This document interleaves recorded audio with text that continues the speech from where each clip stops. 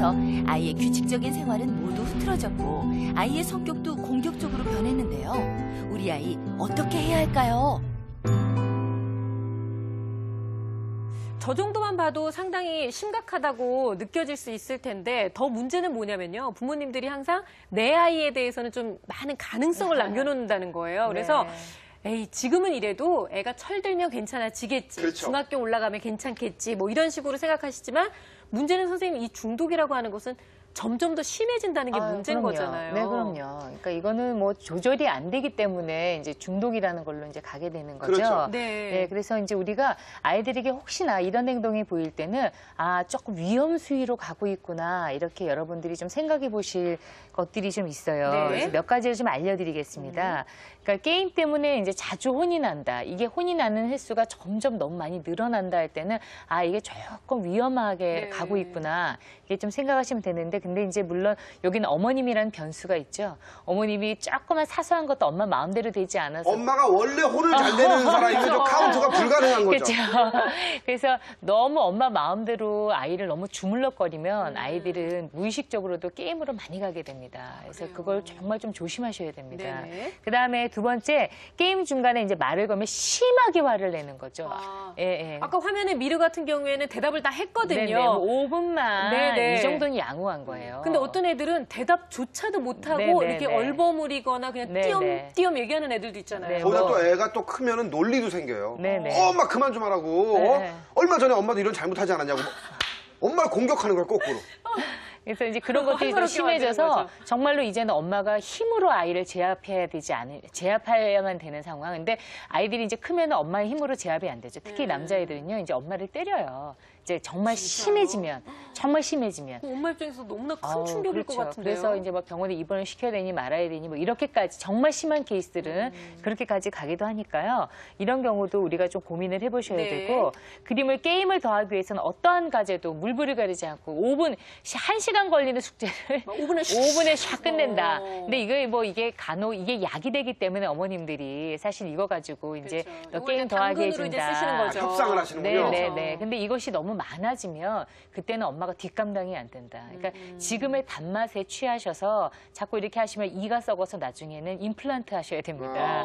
그러니까 조심하셔야 된다는 거. 그다음에 방문을 잠그고 몰래 게임을 해서 혼난 적이 있다. 이런 것들도 이게 한두 번은 괜찮아요. 혹시 이거 보시면서 어머 내가 어제 그랬는데 큰일 났네. 큰일 났네 이러지 마시고요. 이게 정말로 관계를 해칠 정도고 일상생활의 기능을 방해할 정도면 그때는 좀 문제다. 이렇게 좀 보실 수 있고요. 게임 이외에는 다른 놀이는 거의 안 하는 거죠. 이제 이렇게 되면 이거는 정말 좀 심각한 문제로 좀 가게 됩니다.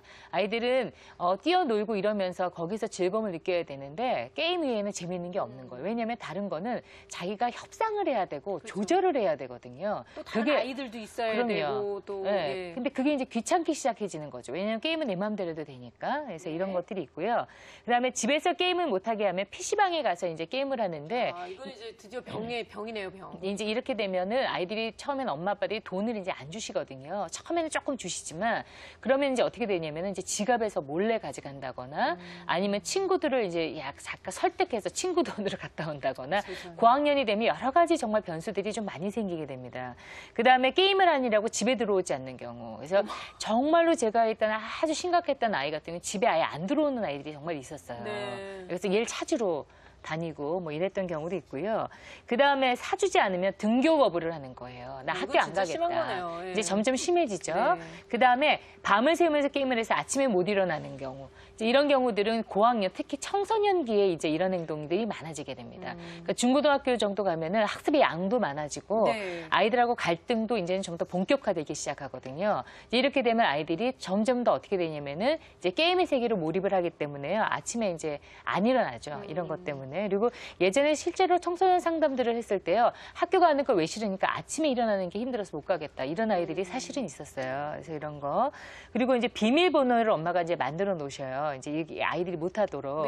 어떤 경우는 어머님도 아예 코드를 뽑아서 그냥 회사에 출근하시는 경우도 있으시거든요. 근데 이제 비밀번호 만들어 놓으면 회사로 전화해서 고래고래 고함을 지르면서 이 번호 빨리 알려내라. 막 일을 못할 정도로. 이제 이렇게 정도 된다고 하면은 이거는 조금 심각하다. 이렇게 우리가 좀 볼 수 있겠습니다. 그래도 중독이면서 불효자면서 공부도 안 하고 막 이건 거의 병으로 따지면 합병증 증세가 오네요. 이 중독 굉장히 여러 위험한 가지로. 거네요. 예. 네, 이게 좀 많이 문제가 되죠. 그러니까 어머니한테 이게- 그러면 안 되죠. 네, 그러니까 뭐 어머니뿐만이 아니고요. 사람들 관계에서 그렇게 생활했다가는 살아나가기가 좀 그렇죠. 어려워지죠. 예.